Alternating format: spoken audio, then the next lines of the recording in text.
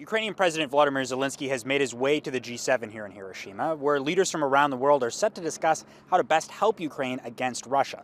Now, Zelenskyy has two missions while he's here. The first one, get more weapons from G7 countries. The U.S. are likely to send a fresh round of supplies to Ukraine, and the Americans have already agreed to allow allied countries to send them F-16 fighter jets, something Joe Biden has previously resisted. Now, Ukrainian pilots will need to be trained, so that's not going to help with the upcoming counteroffensive, but both the Netherlands and the UK said they're working to get them those aircrafts. Now, Zelensky's other goal is going to be to try to increase the coalition of leaders willing to help him out, with a particular focus on countries that diplomats are calling swing states, and the most important of which is India. Indian Prime Minister Narendra Modi has not publicly so far condemned Russia's invasion.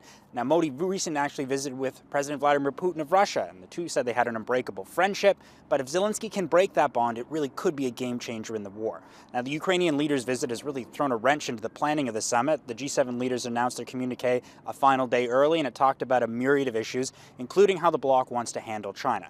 The declaration says that each country will act in their own national interest in dealing with Beijing, but they'll push back against China, slapping trade measures on countries they're in disagreements with.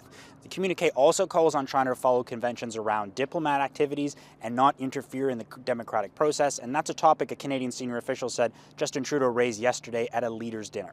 The Prime Minister also announced nearly $500 million in funding, mainly to help countries build infrastructure and improve food security, and that's what Trudeau discussed today when he met with the leaders of Vietnam and Indonesia. But the big bilat is coming tomorrow, when it's likely expected Mr. Trudeau will be meeting with Mr. Zelenskyy.